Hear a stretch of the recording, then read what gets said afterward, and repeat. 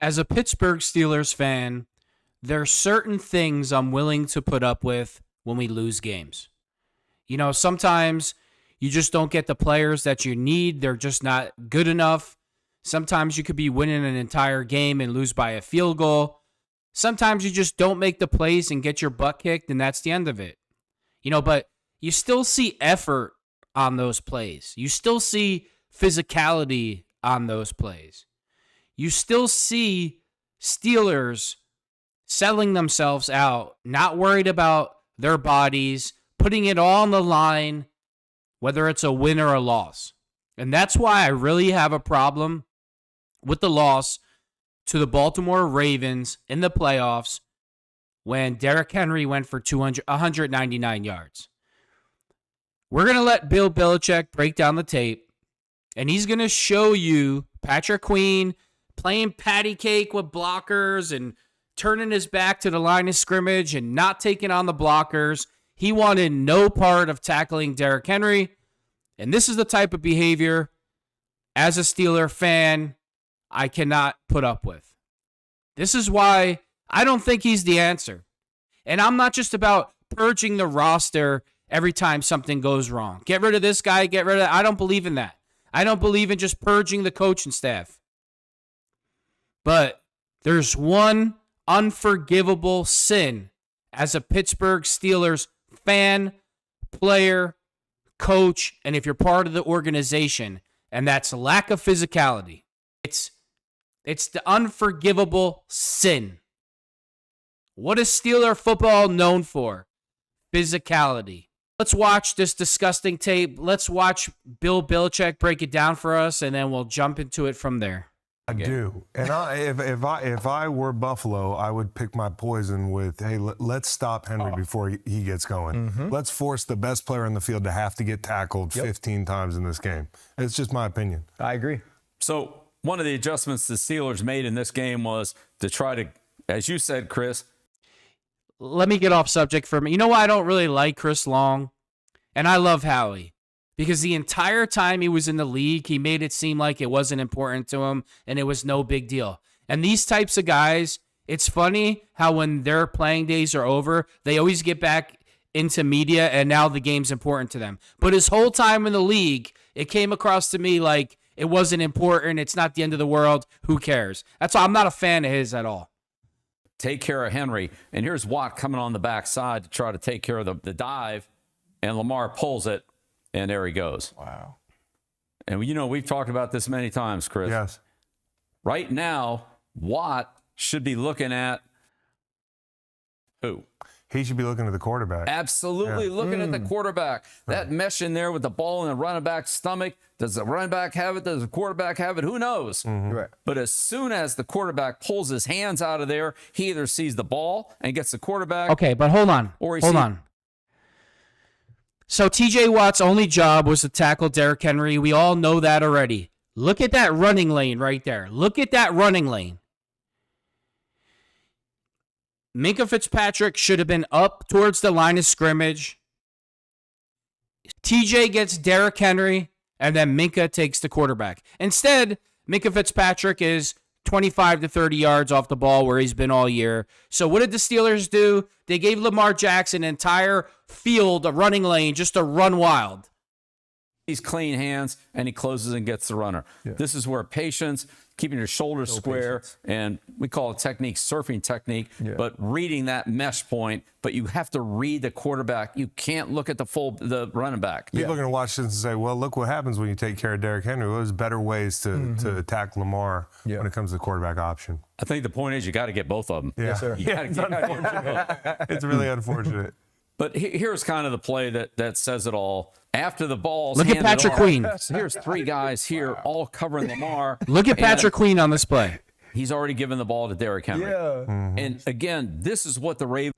He's on roller skates during this play. And the craziest thing, look at his face. Look at his eyes. His eyes are fixated the whole time on Derrick Henry. He knew he was getting the ball. He pulled one of these. He pulled one of these little league games where you could tell the kids don't really want to tackle because it's too cold or they're scared to be physical. Watch Derrick Henry on this play. Ravens do. Lamar attracts so much attention that it opens up a lot of running space for Henry. And Look then at that. Henry takes advantage of it. And then not really sure what's going on here. Then he turns his back to the line of scrimmage. He wasn't even being blocked. He was being like patty caked with his hands. You know why? Because he doesn't want any part of Derrick Henry. He doesn't want to tackle that man. He doesn't want to tackle that beast. That is unacceptable. That is not acceptable. I could take losing. You throw a pick. You can't run the ball. You get sacked for a loss and turn the ball over. But what I can't take is lack of effort and lack of physicality. The Steelers gave this man huge money as a free agent. I don't even want to say this right now. Okay, I'm not going to use a Raven as an example. Do you think James Harrison would have did that? Do you think Jack Lambert would have done that? Do you think James Farrier would have done that? Do you think Jack Ham would have done that? They would have ran full speed into Derrick Henry, 100 miles an hour. Whatever happens, happens. Patrick Queen wanted nothing to do with tackling this man. A lot of poor tackling. Oh, this defensive film by the Pittsburgh Steelers was some of the worst I've seen. Let's rewind that. We got to watch that again.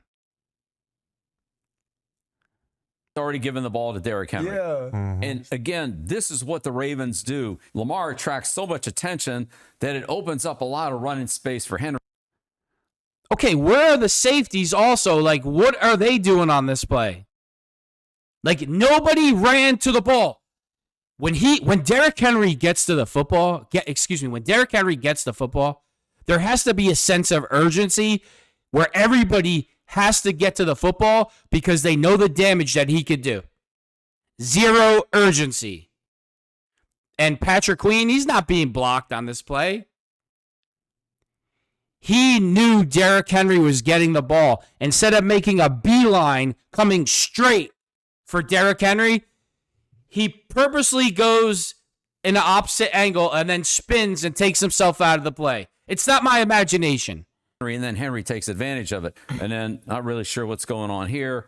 A lot of poor tackling. Oh, this defensive film by the Pittsburgh Steelers was some of the worst I've seen the entire season against the run. That's crazy. I'll say give the Ravens credit. That's what they do every week. That's crazy. The Buffalo running game is a little bit different. And so the interest.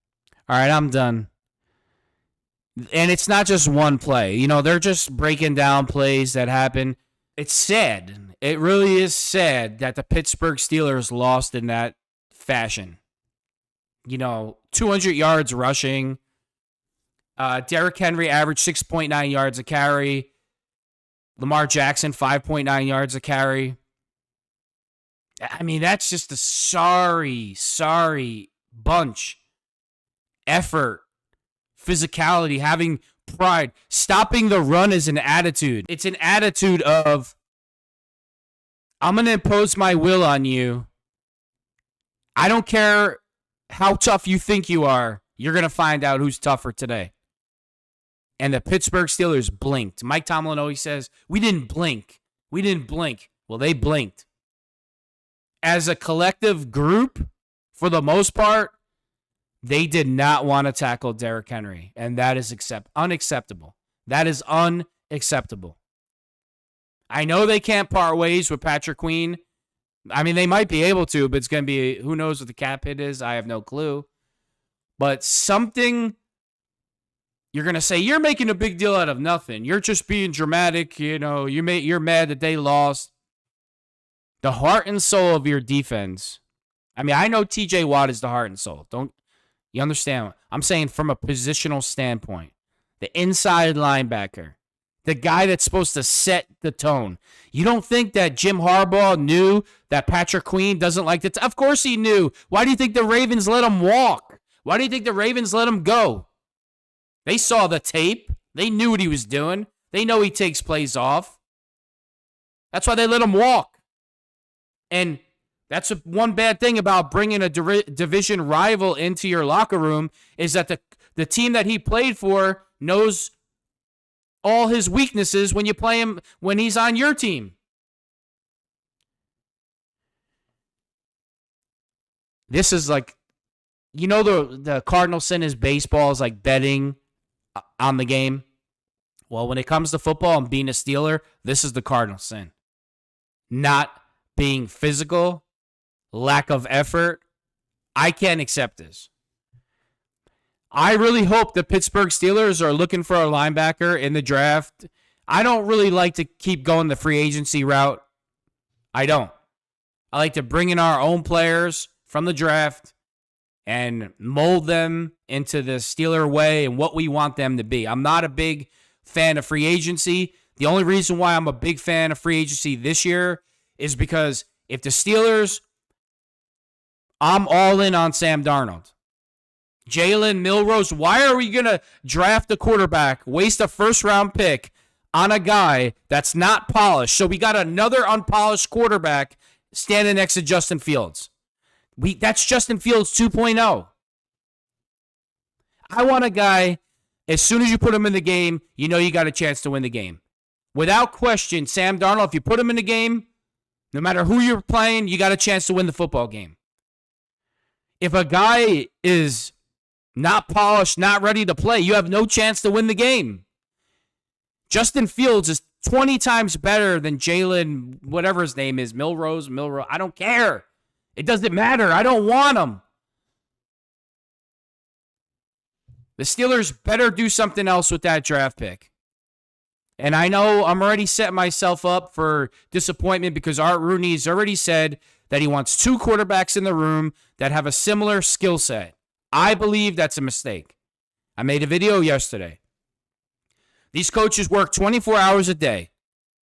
There's no reason why you can't just have a specific playbook for Justin Fields where, the read options type stuff, and then one specific playbook that still has a good portion of the plays from Justin Fields' playbook for Sam Darnold. You could do it if you want to. You're just choosing not to. Jalen Milrose is not the answer. And God forbid, I'm assuming a lot of things. I said this yesterday. I'm just assuming Justin Fields is going to be the guy. Art Rooney didn't say that. The Steelers organization didn't say that. It's no guarantee. We're just all assuming it's going to be Justin Fields.